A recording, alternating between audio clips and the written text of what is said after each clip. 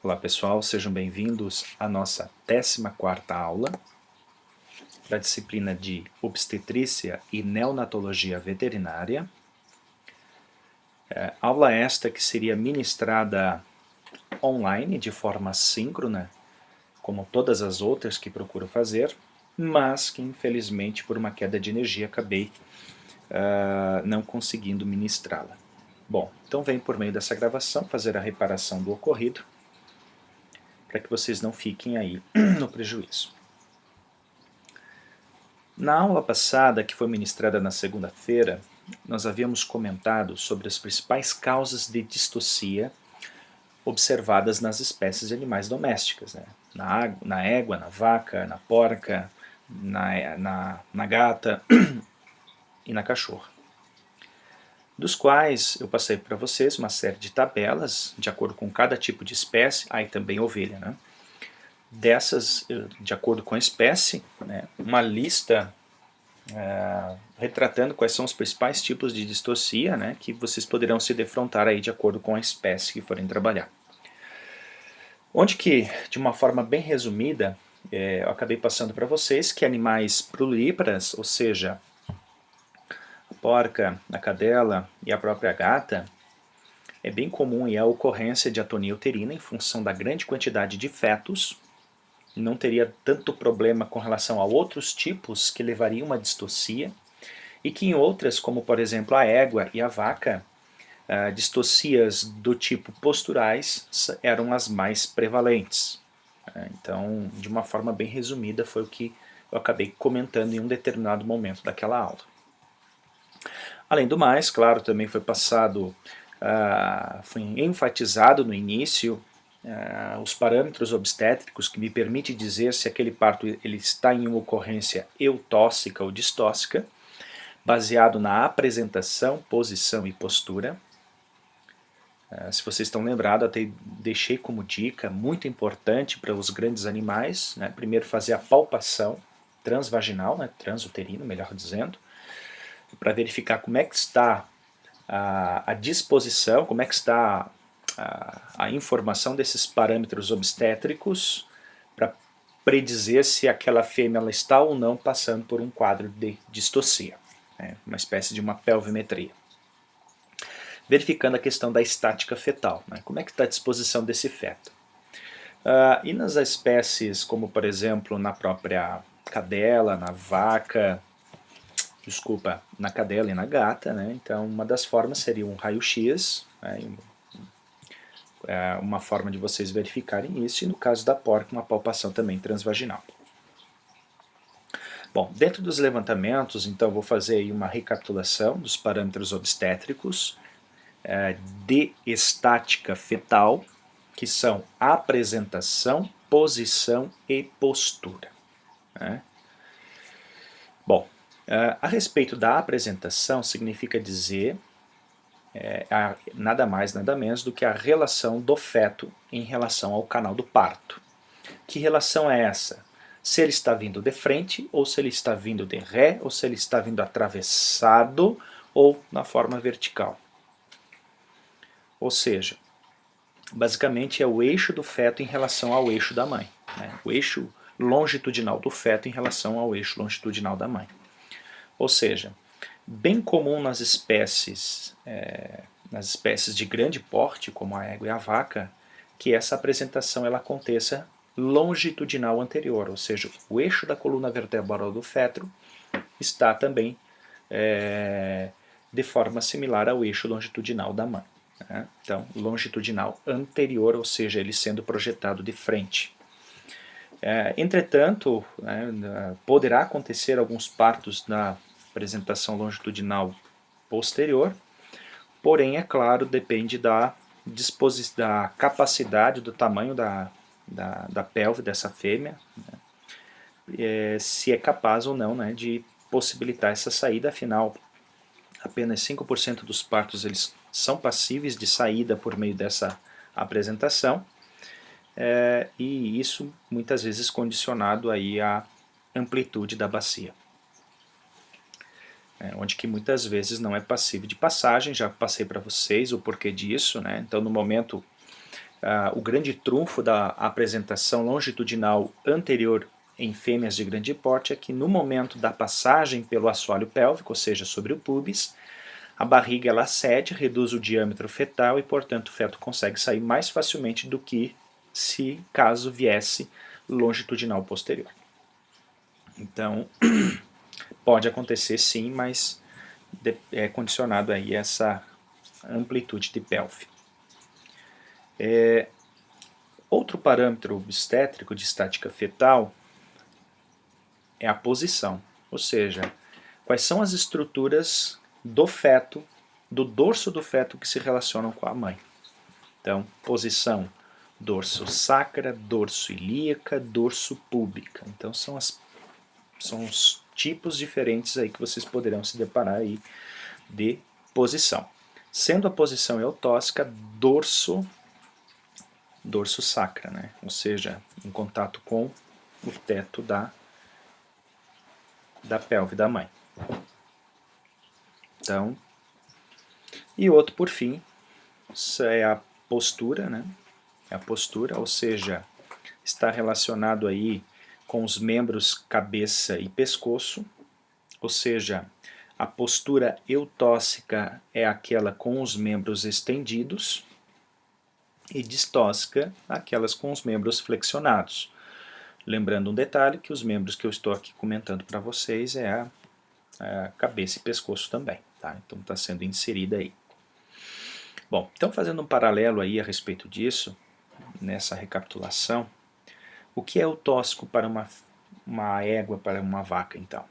O que é o eutóxico? Então, basicamente, independente do tipo de estática fetal, a primeira delas é se o feto ele é passível de passagem pela pelve da mãe, esse é o principal ponto que deve ser analisado. Então, independente se ele vir com uma apresentação, posição e postura correta, então isso, mesmo dentro dessa ocorrência normal, tem que verificar se não tem uma desproporção feto-pelve. Algo que ele também pode, mesmo apresentando os parâmetros de estática fetal dignos de um parto eutóxico, então a possibilidade de vocês aí verificarem que mesmo nessas condições que levam a um parto eutóxico, tem que verificar essa questão da abertura pélvica, ou seja, para que não tenha aí uma desproporção feto-pelve. Então esse é o primeiro ponto, né? Muitas vezes a pelve, o feto acaba até saindo pela pelve, mas o problema principal, às vezes, pode acabar acontecendo é a saída dele pelo distocê de ordem vulvar, né? Então isso é muito importante de vocês analisarem. Por que eu estou querendo dizer isso? Porque no momento que se faz lá a tração, ou seja, ou punção, a remoção do feto, né? Se caso vocês o encontrarem antes da asa do ilho, né, então isso tem que ter bastante cuidado, porque muitas vezes pode levar aí se for uma tração em demasia, uma punção em demasia, uma lesão aí do plexo nervoso, até mesmo fraturas de pelve, o que pode inviabilizar aí essa fêmea até mesmo de levá-la à morte. Agora, se for depois da asa do ilho, ou seja, já está na vagina, vestíbulo praticamente, aí já fica mais tranquilo, né? Mas aí vocês podem se perguntar, tá, mas para aí, como é que acontece isso, né?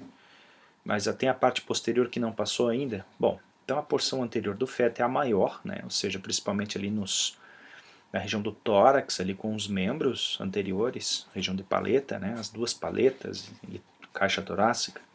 Então ali é o ponto maior, de maior diâmetro fetal. Então se passou essa parte, com certeza os posteriores, a região posterior também vai acabar passando. Bom, agora focando basicamente no que nós trataremos hoje, será os principais tipos de distocias posturais, né? Vou mostrar aqui para vocês o que acontece na vaca, o que acontece na égua. E além desses pontos, nós também aqui faremos o procedimento de cesariana. Então, em caso de desproporção feto-pelve, então não adianta muito estar tracionando. Outra situação, né, lógico, mais à frente eu vou passar para vocês. Bom, aqui são sugestões, lembrem-se de uma coisa, sugestões, né? E a principal mensagem dessas sugestões é o seguinte: o primeiro deles é sempre trabalhar com todas as articulações possíveis. Que, por exemplo, aqui, ó, uma flexão, é uma flexão de articulação radiocárpica, né, ou intercárpica. Então, por exemplo, quando eu for descrever um desvio postural, como por exemplo essa flexão de carpo aqui, eu não preciso dizer assim, a cabeça estendida, cabeça e pescoço estendida, membro anterior direito estendida, flexão de carpo. Não, simplesmente você vai apontar onde que está o desvio postural da estática. Tá? Carpo. Né?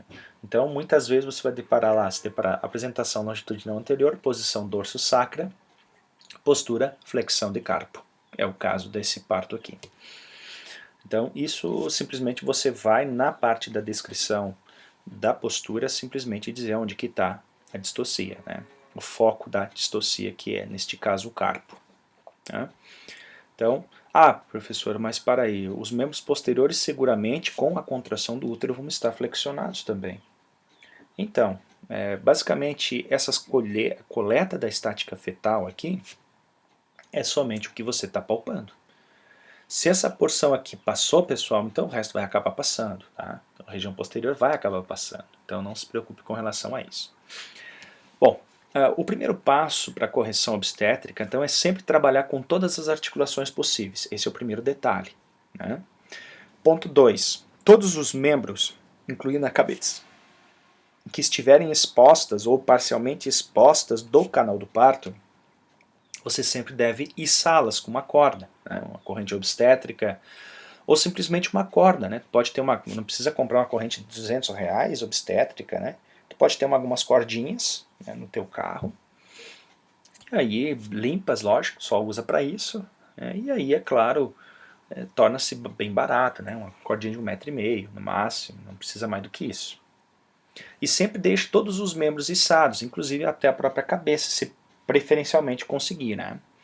Então já aí são os membros anteriores, lembrando sempre aqui está errado a forma, aproveitando essa imagem, duas laçadas, uma antes e outra depois da articulação, né? Porque quando você for tracionar você pode desarticular esse membro aqui, né? O minimal já vai sair aleijado daqui de dentro.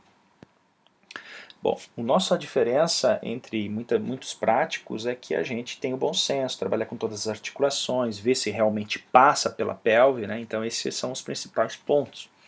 Olha só, para vocês verem uma coisa, que está antes da asa do ilho, né? Então, lógico, no momento que você estiver coletando parâmetros de estática fetal aqui dentro, você está fazendo a pelvimetria, que é você inserindo a mão, né? Contornando toda a bacia, para ver se realmente esse feto ele consegue passar aqui pelo canal do parto, né? Para vocês não ficarem perdendo tempo. Uma outra situação, principalmente em vacas, né? Um animal muito resistente, já me deparei, já contei com vocês, já de 3 dias em trabalho de parto, né? Feto enfisematoso, todo edemaciado, o canal do parto também todo edemaciado. Então assim, ó, como sugestão própria, eu poderia fazer uma fetotomia. Já comentei a respeito da fetotomia para vocês, mas isso é uma opinião minha, né? Mas aí vai a de vocês acatá-lo ou não. Né? Cada parto é um parto, né? Que aí vocês vão decidir. Então, dou minha sugestão, mas é muito importante que cada parto é um aprendizado diferente. Bom, o que eu estou querendo dizer? Por exemplo, eu me deparei com uma situação de uma vaca há 3, 4 dias em trabalho de parto, mais ou menos é o que a gente imagina, vaca de corte, e aí estava todo edemaciado o canal do parto, né, fétido, feto enfisematoso. Ou seja, eu poderia fazer uma fetotomia. Mas, como eu já comentei para vocês, eu acabei não fazendo. Né? E além do mais, quando o canal do parto está todo edemaciado, fica difícil de você trabalhar com isso. Então, mais do que nunca, faz a cesariana do avesso, né? Primeiro estabiliza o animal, às vezes o animal está muito debilitado em função do parto, do tempo de parto, né? Fraco, né? Estabiliza primeiro a vaca e depois tu vai mexer com o parto. E nesse caso foi por cesariana. Vou falar novamente para vocês no momento lá na frente. Bom, então, voltando aqui, por uma correção de carpo como essa, estática fetal, verificou qual membro que está... geralmente nessa posição que ele já está conseguindo respirar, às vezes a gente vê a língua dele já preta, né, roxada, issa os membros, a cabeça também, de preferência, A cabeça, por exemplo, você passa a corda por dentro da boca, mas cuidado com a língua, né, para não cortar. Às vezes tem uns que já tem dentinho, já tem dentinho ali e são muito afiados. Então, e também para a corda não mastigar, então tem que ter bastante certeza. Passa uma armada, né, que nem cabeçada de cavalo, né, o freio do cavalo. Deixa aqui os membros, né, e aí vai lá na localização. Bom, é muito comum, por exemplo, aqui é o caso da muleta, do uso da muleta, né, então está fazendo o que? Ele está flexionando, ele está deslocando a região aqui da escápula humeral, caldo dorso caudal, né, é uma das possibilidades para o quê? Para ele trabalhar com todas as articulações, né? Todas possíveis. Içando o membro também, né? Lembrando que tem que içar em 2 pontos, né? Aqui está errado na imagem. E sempre protegendo no canal do parto, né? Isso é muito importante. Às vezes, numa situação dessa, logo após você içar todos os membros, o que você pode fazer, né? Antes de fazer isso aqui? Às vezes é necessário você fazer uma retropulsão, ou seja, devolver caudalmente esse feto. E quando você faz isso, muitas vezes, né, você deixa ceder a corda, né, o outro membro e a cabeça, empurra para trás, ou seja, uma retropulsão, e aí estende o membro. Isso te dá a possibilidade de trabalhar dessa forma aqui. Tá? Então, são algumas alternativas. Muitas vezes a gente devolve o feto, mas como está tudo içado, eu posso trazer de volta, né, sem problema nenhum. Aqui uma flexão completa de membro anterior, no caso esquerdo, né, ou seja, está todo o membro para trás, então muito parecido com aquela de flexão de carpo. E lembre-se sempre, né, quando você coloca a mão aqui no canal do parto, primeiro, tu só consegue trabalhar com uma mão, não tem como trabalhar com as duas. Aqui, terceiro, a muleta pode te ajudar, então algo fino, né, e tal. Quarto, a vaca vai estar contraindo. Então é bem comum esse tipo de coisa. Quando você não conseguir fazer de jeito nenhum aí a correção, né, primeiro sempre tenta de toda forma possível fazer aí a correção sem fazer algum tipo de intervenção, como por exemplo uma epidural baixa, né? Não faz. Mas se caso não for possível, aí a gente recorre a uma epidural baixa. O problema é que depois tem que tracionar esse feto, né? Que ela não vai te ajudar. Então aqui outras situações, né? Aqui, por exemplo, uma flexão de cabeça e pescoço. A última distocia que eu peguei, inclusive, foi de cabeça e pescoço. Desse tipo, aliás, última não, última foi obstrução ali na vulva. Era bem mais simples do que essa.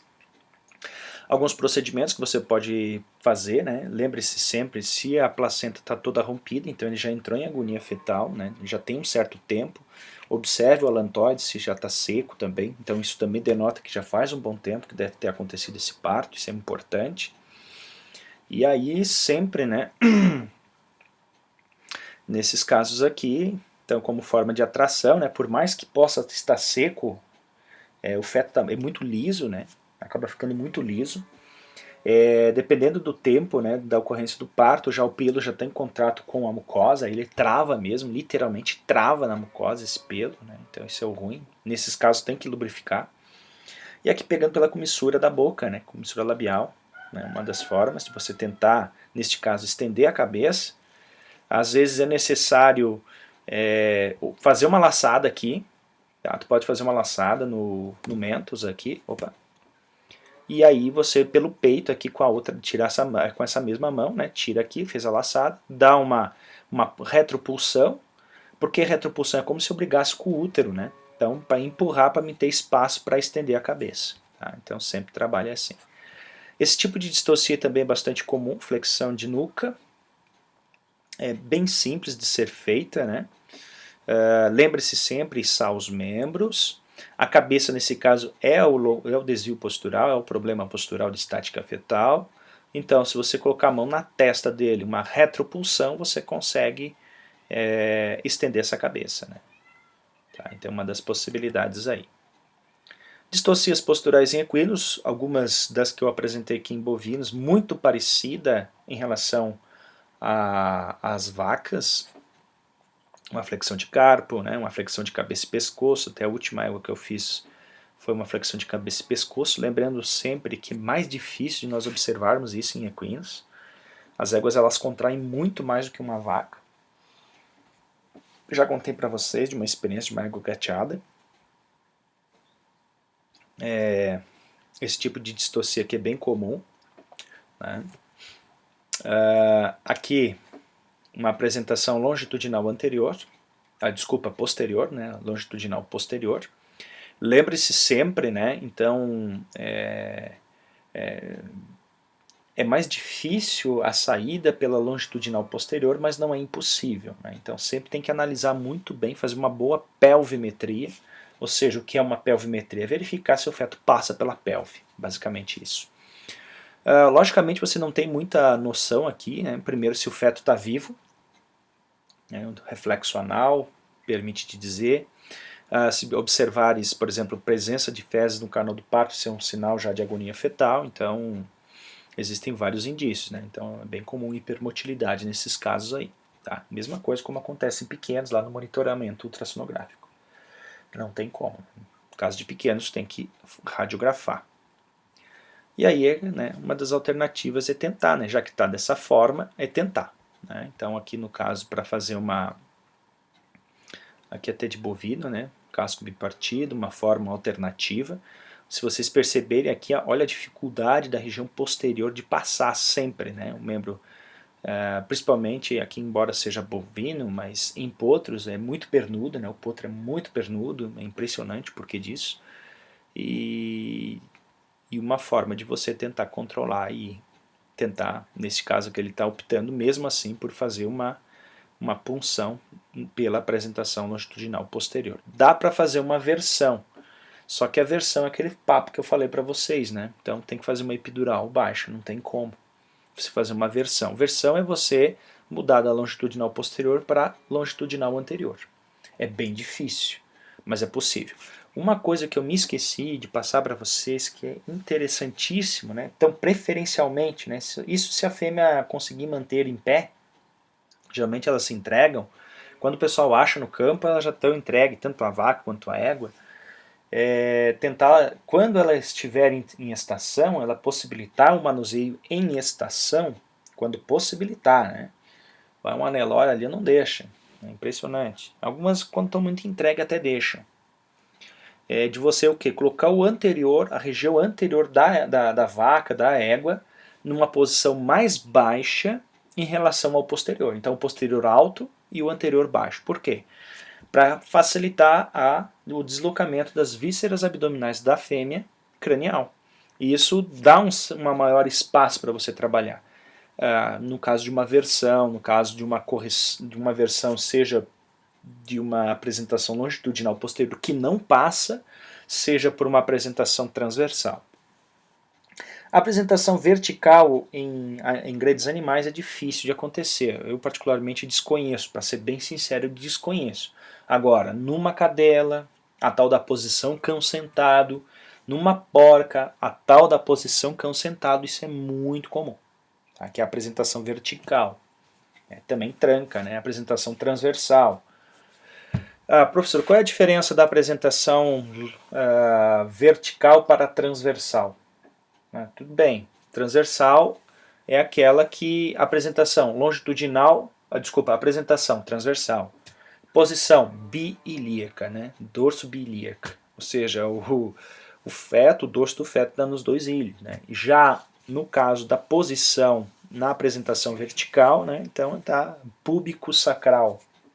Então, só para vocês fazerem essa ligação aí, tá? Mas quando fores fazer uma versão, então, na medida do possível, né, nem sempre é possível, coloque a região posterior mais elevada em relação à região anterior da fêmea, né, da fêmea gestante, e faça uma epidural baixa. Né? Então, se for, tenta fazer, né, mas é difícil. Faz uma epidural baixa e aí veja também qual é a viabilidade, se demora muito tempo para fazer essa versão, então já entra com uma cesariana. Mas dá para você fazer uma epidural baixa ali, né, verificar, ver se consegue, e aí depois tu prossegue, ou ela invertido para vertebral proximal, para vertebral distal, enfim. Isso será tema da aula prática desta segunda-feira, dia 30/11. Aqui outro tipo, né, então ó, bem difícil, né, essa correção quando o feto apresenta numa estática fetal como essa, né. flexão bilateral de membros posteriores. Ah, professor, e os membros anteriores, a cabeça e pescoço? Aquilo que eu falei. Você fala, você colhe parâmetros do que você consegue palpar. Lá dentro é certo que vai estar tudo flexionado, né? Porque o útero tá contraindo. Bom, então aqui são algumas manobras, como por exemplo de fetotomia, numa situação dessa. Reflexo anal, nesse caso, é o que poderá ser feito, né? Bem difícil, né? Ainda mais tomar isso como iniciativa para numa distocia como essa, é bem difícil, né? Então, mas é uma alternativa que o embriótomo fetótomo, né, fazendo aí a secção. Lembre-se dos ossos do feto, né, danificando o canal do parto. Então é bem complicado mesmo, né? Então, quando você tomar uma alternativa dessa, como eu falei para vocês para equinos, né, que é uma alternativa que eu faria, é bem delicado mesmo aí trabalhar dessa forma. Bom, então vamos para o último tema, literalmente. Eu não vou passar sobre cesariana de equinos, logicamente, primeiro, porque eu nunca fiz, tá? Nunca fiz uma cesariana. 2, ela é feita em centro cirúrgico, então é muito parecido com a cirurgia de cólica, então quem já assistiu já sabe. É o mesmo a via, né? A via pela linha alba, né? Pré-retro umbilical, né? Então é a mesma via de acesso à cólica, né? A correções cirúrgicas por síndrome cólica. No caso de bovinos, principalmente pequenas cirurgias a campo, a gente toma como alternativas aí uma cirurgia de flanco, abertura de flanco, preferencialmente de flanco esquerdo. Já vou explicar o porquê disso. Tá? E tem também uma paramamária, no caso aí de fetos que estão macerados, ou seja, que tem uma contaminação expressiva do útero. Depois eu vou passar para vocês uma experiência a respeito disso que não deu certo, inclusive até dessa vaca de 3, 4 dias lá, que estava com feto efisematoso. Já vou explicar para vocês. Bom, então as indicações são bem... nessa altura do campeonato são bem fáceis de serem atribuídas, né? A principal delas, desproporção feto-pelve, já comentei para vocês que hoje é bem mais raro, o pessoal está se ligando um pouco mais na orientação dos acasalamentos e cruzamentos, portanto. Má disposição fetal, por exemplo, uma apresentação transversal, é o que pode ser indicativo de uma cesariana. É cesariana, não cesareana, é cesariana. Tá? Fique bem... Tome bastante atenção a respeito disso. Outra situação, apresentação longitudinal posterior. Então, eu falei para vocês que 5% dos partos são passíveis de saírem pelo longitudinal posterior, no caso das vacas, né? Mas tem as outros 95% que não. Né? Então, a fêmea tem que ter uma boa amplitude de pelve, como eu já comentei. É uma das indicações. Torção uterina, por exemplo, de difícil correção, está aqui. Na realidade, toda a torção uterina ela é de difícil correção, ou seja, o útero torce no seu próprio eixo, isso é uma torção. Toda a torção ela é difícil, né? Não tem nem como muitas vezes eu chegar até o feto lá, por causa que o útero está torcido e a parte que fica obliterada é literalmente a vagina, né? A vagina, a parte do vestíbulo ali. Principalmente a vagina, né? Que fecha, oblitera. E aí tem aquela prova da rolagem, bota pressão, bota madeira, mas aquilo ali nunca funciona direito. Monstruosidades fetais, que dá uma desproporção feto-pelve, lá o feto xistossoma, o feto bulldog, por exemplo. Ruptura uterina. Nesses casos de ruptura uterina vocês poderão se deparar quando o pessoal aí faz uma puxada muito extravagante, né, com um trator. Já presenciei uma situação de infelizmente até indicada por um veterinário, né, pediu para puxar de trator, puxou, né. Tipo, a hora que eles viram que a vaca estava sendo puxada pelo trator, eles colocaram uma égua tubiana cinchando do outro lado, né. Égua muito boa de cincha, né. Não preciso nem dizer o que é que aconteceu, né. Além de arrebentarem o feto, quebrou toda a bacia da fêmea. Quebrou bem na sínfise púbica. Um desastre. né? Então é muito comum isso aqui, o pessoal puxar com alguma coisa, não ter o devido cuidado, o pessoal não trabalha com todas as articulações, não tem o bom senso do veterinário. Então aquilo lá, pessoal, professor, mas será que eu vou dar conta no momento que eu me deparar com uma cesariana? Então, bom senso sempre. Eu estou aqui passando para vocês sugestões. Eu já havia dito para vocês que cada parto é um aprendizado diferente. Tá? Então, só estou dando um norte. Já dei algumas partes psíquicas para vocês, né? Que seria: faz a colheita dos parâmetros de estática fetal, né? Apresentação, posição e postura, e nesse meio tempo você vai raciocinando, entendeu? Então, chega um momento você vai verificar. O canal do parto está muito edemaciado. Vou fazer uma fetotomia. Não, nem perde tempo de vocês, não se arrebentem, vai direto para uma cesariana e ponto final. Nessa altura do campeonato você tem que salvar a vaca, né? Que o feto já está morto, né? Muitas vezes é enfisematoso, canal do parto todo edemaciado, não vão perder tempo, já vai direto para a cesariana. Hemorragia uterina, isso aqui não é muito comum de nós observarmos, está relacionado muitas vezes com a ruptura, mas se caso você se deparar com isso aqui, a hora que você chegar está morta, né? Não preciso nem dizer. Mas se caso acontecer, às vezes na manobra, né, obstétrica, tá? É uma possibilidade. Prolapso de vagina é bem difícil quando a vagina ela se prolapsa para a expulsão do feto, às vezes a abertura do cérvix ele não é completa, ela é pequena ainda, então acaba gerando um grande problema. Bom, cesariana eletiva, né, esse é o principal ponto. Né? Se a gente pudesse, em grandes animais, ter essa possibilidade, como pode ser realizada em pequenos, poderia ser, né? Em pequenos é mais palpável essa condição, não que seja uma perfeita realidade, né? Muitas vezes tu vai ver a emergência mesmo, mas hoje o povo já está um pouco mais consciente, graças a Deus, mas sempre tem, né? Mas bulldog inglês, por exemplo, é cesariana, né? O pessoal não perde tempo, né? Ou no caso de um cruzamento, um touro cobriu uma jersey, um touro charolês cobriu uma jersey, aí você já fica de olho, né? Quando estiver ali próximo do parto, não necessariamente na iminência do parto, né? Que a iminência do parto já está parindo praticamente, então você pode orientar, não, está com 260 dias, né? Essa jersey, aí já vão fazer uma cesariana. Logicamente o prognóstico é favorável, né? Bem mais favorável do que se você levar aí uma fêmea que já entrou em trabalho de parto e muitas vezes já há um bom tempo já nesse parto. Cruzamentos inapropriados, pode ser no caso de uma cesariana eletiva, raça específica, hidropsia dos envoltórios fetais, seja hidrolantóide, hidroamnion, né, a gente já comentou a respeito disso. Os prognósticos, então, na maioria o prognóstico, o que você espera do feto? Né? Primeiro, né, a maioria dos casos já está na segunda fase do parto, é muito difícil uma atonia uterina numa vaca.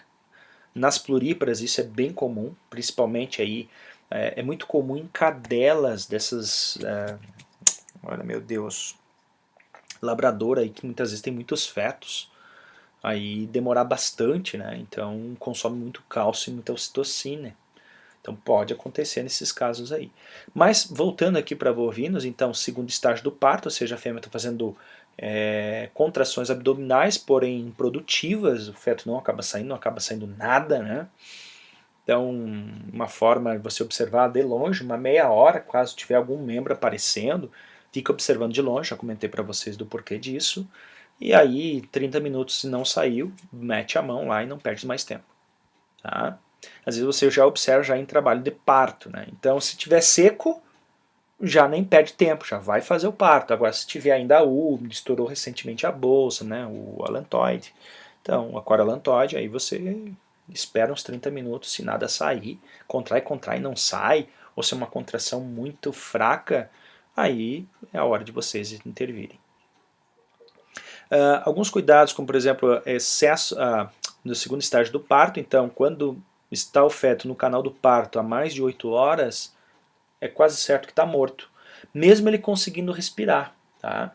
Por incrível que pareça, é muito comum, porque ali ainda ele, né, porque se você for pensar, nesse momento, o que tem, né? Então tem líquido amniótico nas vias aéreas, e esse líquido amniótico acumulado lá, e o cordão umbilical ele está lá quase rompendo, né? Mas ainda mantém uma pequena circulação. E aí, é claro, vai chegar um momento que a circulação ela se exaure, né? E aí o feto uma hora vai ter que respirar, né? E aí muitas vezes vai estar morto nesses casos. Feto enfisematoso, né? Eu já comentei para vocês, acúmulo de gás no subcutâneo, né? Morte a mais de 24 horas por Clostridium, né? Contaminação por Clostridium. Nesses casos aqui, primeira coisa, já vai lá na fêmea, está morto mesmo, vai lá, dá um observado, faz um exame clínico geral, né? Primeiro mexe com ela, porque às vezes tu vai mexer já morre, né? Então, primeiro estabiliza a fêmea e depois procede a cesariana. Isso é muito comum, excesso de tração, já falei alguns exemplos, né? Até o do 290, massa inferxo, não, reflexo de massa inferxo, né? Trator massa inferxo, infelizmente tem, tá pessoal, já falei um exemplo. Risco, né? Arrebentar feto, quebrar pelve de mãe, eu já vi várias vacas não levantarem mais, não tem o que fazer, é coisa muito triste, cara, só por excesso de tração, porque as pessoas elas querem o quê? Querem puxar. São raras as pessoas que realmente têm aí um bom senso, né, do pessoal prático aí que, não, trabalhar com as articulações, puxar devagar, né, puxar com jeitinho. Então são raras as pessoas que ainda têm essa iniciativa e quando tem são muito bons. Procurar sempre proceder o mais limpo possível, eu não digo nem asséptico, né, o mais limpo possível. Nem sempre, né, por quê? Porque depois está relacionado com o prognóstico reprodutivo dessa fêmea, né? Então tem fêmeas aí que desenvolvem uma apiômetra, primeiro o risco de desenvolver uma endometrite, né, muito grande, não tem como, né, o puerpério vai atrasar, alguma coisa vai acontecer, é muito cortisol, é muito decréscimo da atividade imunológica em função desse cortisol, então sempre vai dar, isso é certo. Então quanto mais limpo possível, não digo nem asséptico como está aqui, o mais limpo possível melhor. Uma das alternativas, caso for possível, né, depois eu já vou falar para vocês, é trabalhar com a luva de palpação. Né? A porção interna ela é asséptica, né? Então é uma forma de você trabalhar, mas sempre vai ter fezes por ali, né? Tenta limpar o máximo possível. E às vezes até a própria mão mesmo, né? Fazer o quê? É sempre interessante vocês terem aí uma amônia quaternária, um CB30 da vida, que a gente usa para inserir dispositivo intravaginal nas vacas, implante, né? Então sempre trabalhe dessa forma, né? Não iodo, procure evitar o iodo. Então, do iodo, então, água e sabão, que é menos irritante do que o próprio iodo. Pode ser com braço mesmo, não tem problema. Ah, mas é a doença, aquela coisa. É risco, é arriscado, eu sei. Né? Mas de pegar uma doença, uma fêmea que levou uma gestação a termo, é muito difícil que vá te vincular a alguma doença. Né? Mas é possível sim. Então o mais limpo possível, né? Por exemplo, tá na mangueira, vaca de leite, né? Putz, tá na mangueira, tá lá no curral, tá um esterco do caramba, bota uma lona por baixo, bota uma sacaria por baixo, né? Dá uma lavada um pouco ali do máximo possível. Então, a questão é minimizar essa contaminação, né? Então muitas vezes não é possível, mas se a gente puder minimizar, melhor, né? Até já entrar com antibiótico já de forma profilática. Muito embora eu sou contra, mas nesses casos é uma alternativa para você frear um pouco essa contaminação bacteriana. Exemplos, cloridrato de ceftiofur, um ceftiomax da vida. Bom, como eu digo, você sempre tem que ter um material de emergência. Tá? Eu, por exemplo, tenho meu material de emergência aqui. Ó. Caso der algum problema, eu tenho que o quê? Já tenho tudo pronto, já tenho minha maletinha pronta para fazer isso aí. Porque tudo é possível. Tá? Então, até hoje me faltando é a xilazina, né? Então eu vou comprar uma xilazina bem baixinha, como eu estou mais com os bovinos agora. Então uma xilazina 2%, que é a mesma de cão, aí beleza, já me resolve. Né? Eu estou com uma detomidina, muito potente. Bom, então o que é que eu devo ter nessa caixa aí de emergência, como digo? Né? Então os anestésicos, uma lidocaína. Né? Lidocaína, tome bastante cuidado com a lidocaína. Sem vaso, tá? Lidocaína sem vaso. Então para a epidural baixa e para o acesso, né, a região do acesso ali, né, de flanco, tá? Já descreverei alguns tipos de bloqueios anestésicos aqui, na prática nós vamos enfatizar sobre isso. Então a lidocaína sem vaso. Cuidado com a temperatura, tá? A lidocaína já fiz várias vezes já o teste de lidocaína que ficou dentro do carro, pegou sol e não prestou mais. Tá? Inclusive lidocaína das boas, daquelas humanas. Tá? Então procure sempre, na medida do possível, ela não é tão cara assim, tá? Sempre ter uma lidocaína aí de prontidão, uma fora do carro, né? Uma coisa, hoje tá uma cesariana, tá enroscado, vou levar aquela que eu tenho, aquela da caixa pegou muito calor, né? Então tome atenção com isso. A respeito desses alfa-2 agonistas, xilazina, detomidina, não tem problema nenhum, elas ficam bem potentes. Até o pessoal às vezes dá uma forma de você aumentar a concentração, purificá-la é desidratando, né? Então ela é bem resistente ao calor, né? Não vai ser esse o problema.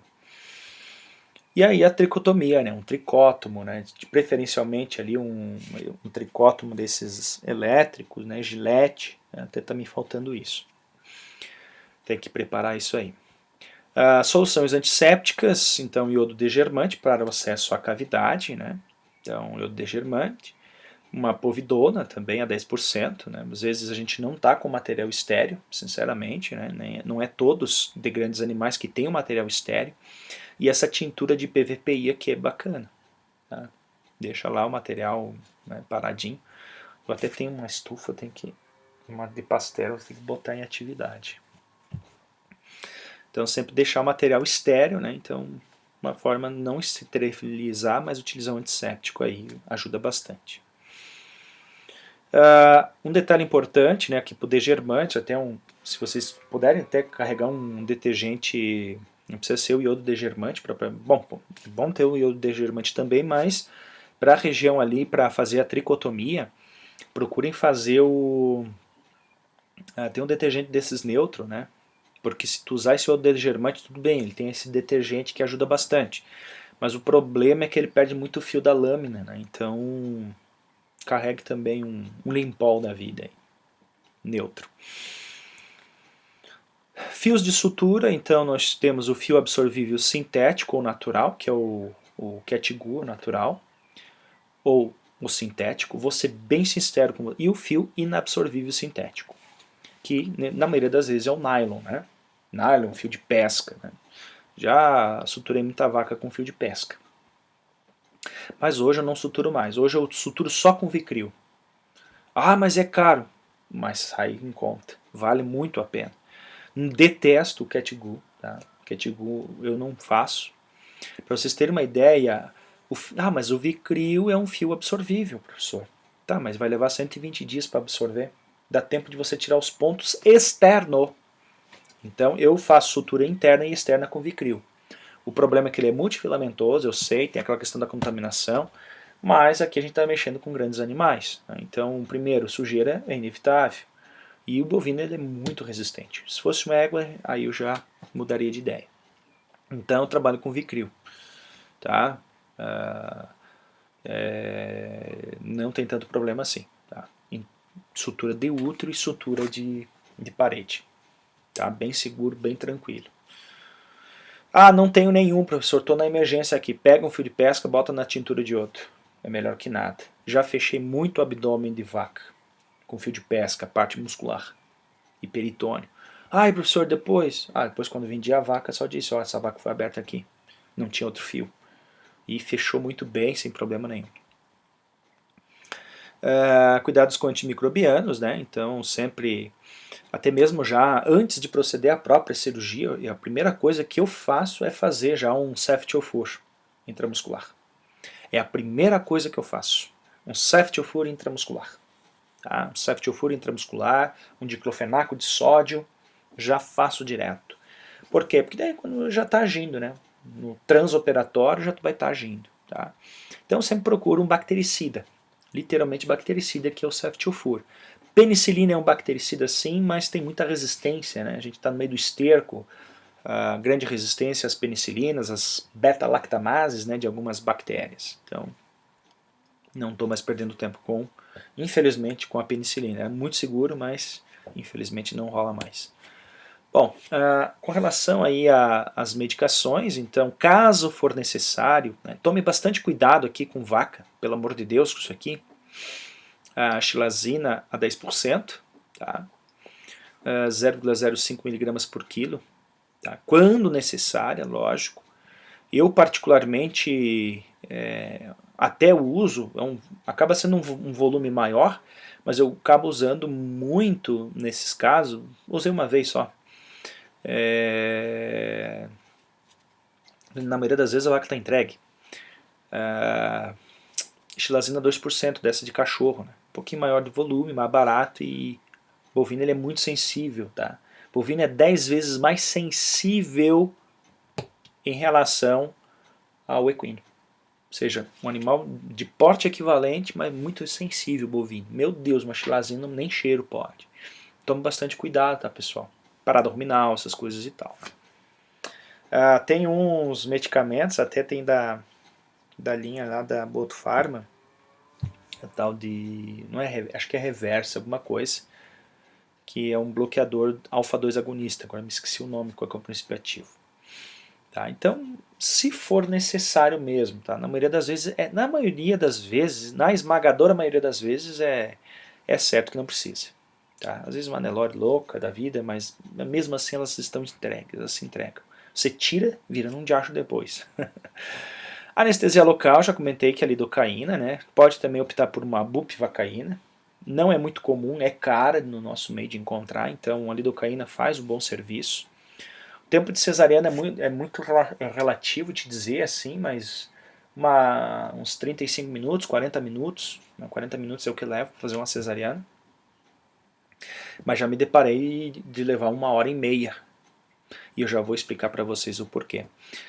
O que aconteceu, o pessoal começou a puxar, e aí em vez de eles puxar um membro de cada vez, ele puxava os 2 membros e a cabeça trancou no sacro. Bom, por aqui não saía, por aqui não saía, foi por aqui. E aí o que aconteceu? Meu Deus do céu, não tinha quem tirasse. Ela já tinha aberto a síntese pública, né? Quebrou, pobrezinho. Não se levantou mais. Mas é o que a gente acaba observando. Antimicrobiano, né, penicilina e streptomicina, né, mas hoje é cloridrato de cetiofur. Tá bem? Aí esse sim. Então a primeira coisa é o quê? Antibiótico, anti-inflamatório, epidural baixa, tá? E bloqueio local. Paravertebral proximal ou distal, isso eu já vou explicar para vocês, ou ela invertido. Na realidade eu vou explicar mais na aula prática, tá? Ou ela invertido. Aqui do lado esquerdo. Por que do lado esquerdo? Tem o rumen, professor. Então, é muito mais fácil eu lidar com o rumen, que é uma bolsa única, né, do que no lado direito lá, intestino delgado. Começa a sair, às vezes tem muito gás, né, por ela estar parada, não ter comido, então às vezes acumula muito gás e começa a prolapsar. Já aconteceu de abrir do lado direito também, não tem problema nenhum, mas é bem grande a chance de sair as alças intestinais pelo lado esquerdo se elas estiverem em gestação. Daí é muito chato, né? Tá trabalhando, aí tira ali, cai um pedaço de intestino para fora. Bovino é muito bovino, ovino também, já fiz uma cesariana numa ovelha, só uma vez, mas fiz. Mas é muito rústico, né? Dura bem, mas é bem complicado. Do lado esquerdo sempre.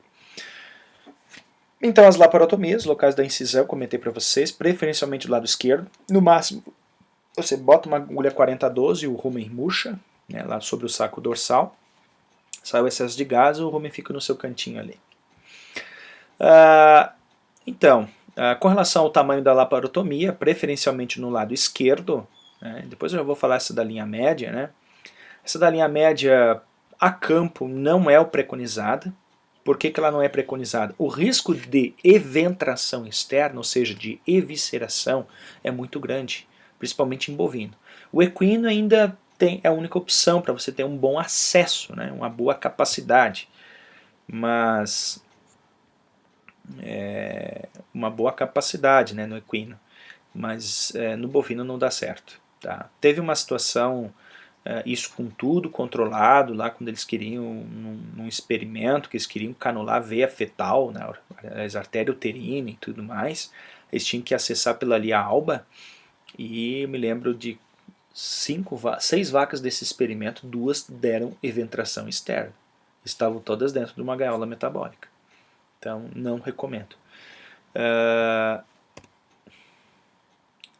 Ventrolateral, que é a paramamária, depois eu vou explicar, mas na realidade as preferenciais é o que? É a de flanco esquerdo, na hierarquia, ventrolateral, que é a paramamária. Tá? Já vou mostrar para vocês essa paramamária. A incisão, então, uma incisão magistral, ou seja, no único sentido, né?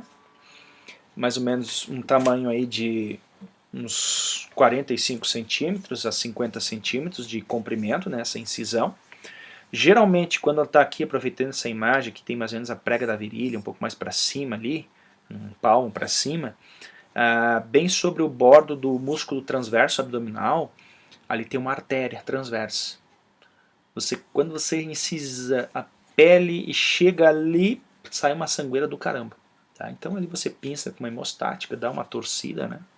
Já resolveu o problema. É a parte que mais sangra, é essa porção mais ventral aqui, por causa da artéria transversa abdominal.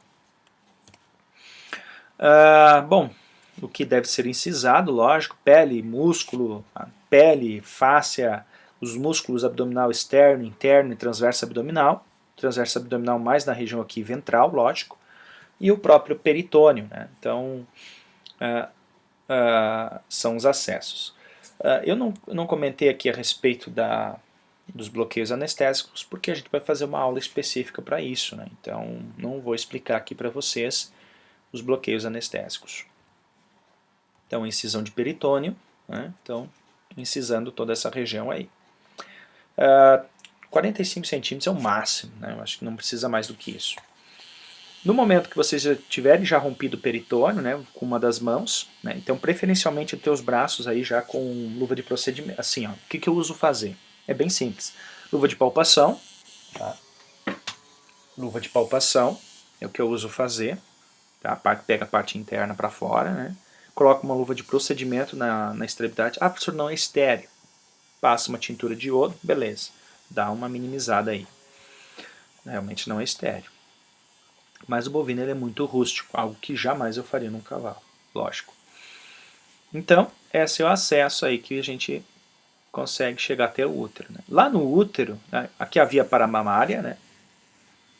A indicação é em casos de, aqui a prega abdominal, a prega da virilha, mais ou menos, né? Vai ter próxima aqui da região próxima ao externo, no bordo da costela, né? Da T13.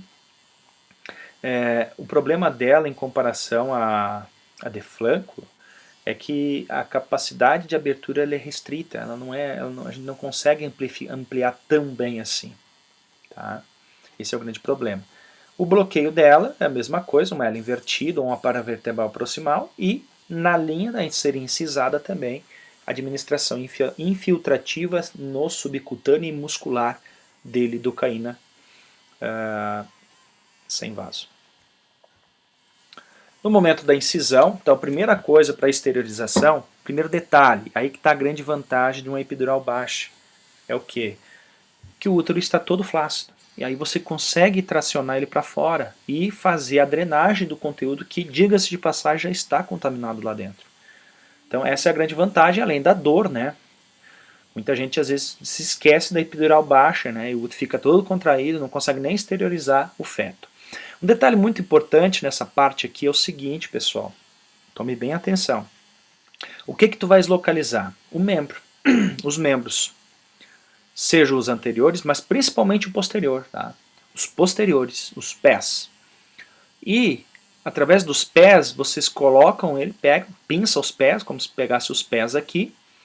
E tome bastante cuidado e vai palpando, né, para sentir os placentomas. Por que eu estou querendo dizer isso? Para você não incisar um placentoma, senão vai dar uma sangueira do caramba. Na curvatura maior é o local que tem uma menor irrigação sanguínea no próprio útero e também uma menor quantidade de placentomas. Então tu pega o pé, issa o pé por baixo e puxa em direção aí à parte onde foi aberta a laparotomia. Então, no momento da incisão, claro, não é a nossa realidade, né?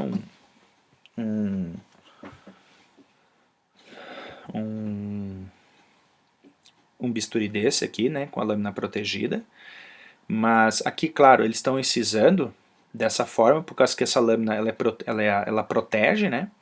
Mas, por exemplo, quando a gente vai estar lá com o bisturi na mão, o que a gente vai fazer? A gente vai pegar os pés. Vai pegar os pés, vai girar aqui, vai palpar e incisar nessa região, o útero. Tá? Então tu vai lá, pesca os pés, e vai dar uma rotação no feto, joga o pé, os dois pés preferencialmente, e sobre a face plantar deles fazer a incisão. Então os próprios pezinhos vão servir aí como ponto de sustentação no momento da incisão com o bisturi. Faz uma pequena incisão, drena o conteúdo para fora e amplia aí com uma tesoura, uma Mayo-Edgar Olsen, né, romba-romba, por exemplo, né, e aí contornando as regiões dos placentomas. Né? Tome bastante cuidado com o placentoma. O momento da esterilização é sempre importante ter uma pessoa aqui para cuidar com o útero, né? Segurar o útero aqui também. Ó, no momento que ele está tracionando, sempre tracione pelos pés, é muito mais fácil. Aqui é uma mamária, né? Aqui é uma mamária, né? Então, uma paramamária. O ventro lateral, né? No momento da expulsão do feto. Né? E, basicamente, tem a possibilidade de você, depois da punção, tem a possibilidade de você fazer a remoção da placenta ou de você fazer aí se caso ela não for possível, se ela estiver muito aderida, tá? Você deixa lá e a desloca em direção ao canal do parto. Né? Então, mas na medida do possível, se ela estiver repousando, já tira dali, né? Já tira, já fecha, e sem problema nenhum. Bom, então para fechamento, preferencialmente um fio absorvível. Eu já fiz sutura de útero com fio de pesca, me peço, né, sou bem sincero em falar sobre isso. Não tive problema, mas não estou recomendando isso. Isso foi uma situação de emergência que eu não tinha. Tá? Fiz sutura de útero dessa forma. Graças a Deus não deu problema. A vaca, inclusive, chegou a gestar. Tá? Então, graças a Deus, por incrível que pareça. Mas isso é um bovino, né? Mas preferencialmente, né, sempre tem aí preferencialmente aí um Vicryl, né? Eu sempre tenho um Vicryl em mãos aí, que tudo pode acontecer. Bom, qual é o tipo de síntese, né? Como eu procedo a sutura? Bom, não sei se vocês estão lembrados lá na técnica cirúrgica, esse tipo, que é o Cush, tá? A sutura de Cush. Tá? Sutura de Cush é uma sutura invaginante, tá? Ela invagina, ela parte os bordos para dentro. Geralmente a gente procede 2 suturas de Cush aqui, fica bem melhor. Tá? Fica 2 suturas de Cush, fica bem melhor aqui para fechamento dos bordos. Tá bem? Então dessa forma fica mais tranquilo. 2 linhas de Cush. Né? Drene o máximo possível de sangue, de lóquios aqui dentro. Se possível, tira a placenta, se não deixe, desloque em direção ao canal do parto. Né? Então, Cush. Então, 2 linhas de Cush. Né? 2 linhas de Cush. Tá? Aí evita também vazamentos e contaminação e não acende, ou seja, não entra dentro do útero, né, no momento da sutura. Tome bastante esse cuidado também. Vicryl, já comentei para vocês, é um fio que leva 120 dias para absorver. Se caso dá uma infecção, que já vai dar, né, isso tem infecção, então já é um fio que é resistente aí em comparação ao Catgu, né? O Catgu já, se tiver uma infecção ali, já rompe, né? Já abre os pontos ali, já dá uma fístula, já forma uma fístula para a cavidade abdominal e começa a dar peritonite na vaca, né? Então, um grande problema, por isso que eu não gosto de Catgu. Tinha caixas e caixas desse negócio, joguei tudo fora. Bom, então fechamento, principal ponto, pessoal, por favor, nunca se esqueçam de suturar o peritônio. Tá? peritônio ele vai estar, no momento que você incisar, nem vai perceber a hora que entrar na cavidade abdominal. E ele também. Então, uma alternativa é o que? Você, no momento ali, ele dá um olhão, pegar nos bordos, por dentro da cavidade, ele sempre está por ali. E aí tem o que? O músculo transversal, que é o transverso abdominal, que é o mais interno. Então o que tu vai fazer? Tu vai sentir o peritônio e vai transfixar com o fio, com a agulha, o músculo transverso abdominal e pegando a sua fáscia, né? Então é uma possibilidade. Ou você pode suturar tudo junto, numa única massa, não tem problema em bovino. Nessa posição aí, né? Se tu for fazer uma ventrolateral, ou seja, uma paramamária, aí é interessante que você suture os grupamentos musculares separadamente, porque se romper uma linha de sutura tem a outra. Mas a questão do peritônio é por causa das hérnias, né? É por causa das hérnias aí abdominais. Fechamento oblíquo interno e oblíquo externo, ou seja, tu pode fazer uma maceração, tipo pega tudo. Pega peritônio, músculo transverso abdominal, os oblíquos e fecha. Aqui, é claro, você pode fazer uma coisa que eu gosto sempre de fazer, né? Você pode fazer uma contínua simples com pontos de sustentação, ou seja, faz umas 2 voltas, né? Tipo 2 giros e sustenta na última parte. Aí vai de novo, sustenta de novo. Então, se romper uma parte de cima, as outras estão todas fechadas, né? É quase como uma sutura contínua. Contínua simples. Tá bem? Vai fechando, bem fechadinho, os bordos bem em contato um com o outro, né? Então, e a redução do espaço motor para evitar seroma, também com o próprio fio pode fazer. Faça, tá, pessoal? Porque sempre contamina essa região da pele. Aí começa a descer um pus ali no 3º, 4º dia. Então fecha bem, que aquilo ali é seroma. Tá? Fecha bem. A questão da tração dos fios, não aperte muito, vai edemaciar aquela região ali também. Tá? E aí a sutura de pele tu pode fazer com nylon ou inclusive com o próprio Vicryl, como comentei para vocês. As complicações são todas essas, né? Então, enfisema subcutâneo, seroma, isso aqui tudo relacionado aí a problema ou de contaminação, na realidade tem problema de contaminação, enfisema, óbvio. Então, falta de higiene, né? Então, seroma, né? O mínimo, né, possível, né, de limpeza. A retenção de placenta, isso é comum, né? Metrite nem se fala, né? Então, já fica esperando que isso vai acontecer e a gente sempre procura não aconselhar o uso dessa fêmea para cria, muito embora, né, aí deixar em cargo, né? Ah, você recuperou bem, o período de puerpério dela vai ser longo, lógico, né? Então, é mais pela questão de viabilidade financeira a respeito disso. Bom, pessoal, o que eu tinha a passar para vocês era isso, né? Então, falta nós fazer uma aula prática, na realidade 2 aulas práticas. A primeira delas vai ser feita no dia 30/11, à tarde, né? Já está feito, que são bloqueios anestésicos utilizados em obstetrícia. E no final, aliás, no próximo encontro, que será no dia 7, nós procederemos à segunda e última aula teórica. Lembrando a vocês que eu deixei acordado que a partir do dia 4 eu disponibilizarei uma prova, né, a prova teórica para vocês, né, e no dia 7 a prova, depois da aula prática de biotécnicas na parte da manhã, aula prática nós vamos fazer, e depois da obstetrícia na parte da aula prática de tarde, eu disponibilizarei para entrega até sexta-feira, até sábado daquela semana, o conteúdo de obstetrícia. Então, é o que eu tinha para mostrar para vocês, era isso. Então, um grande abraço, fico com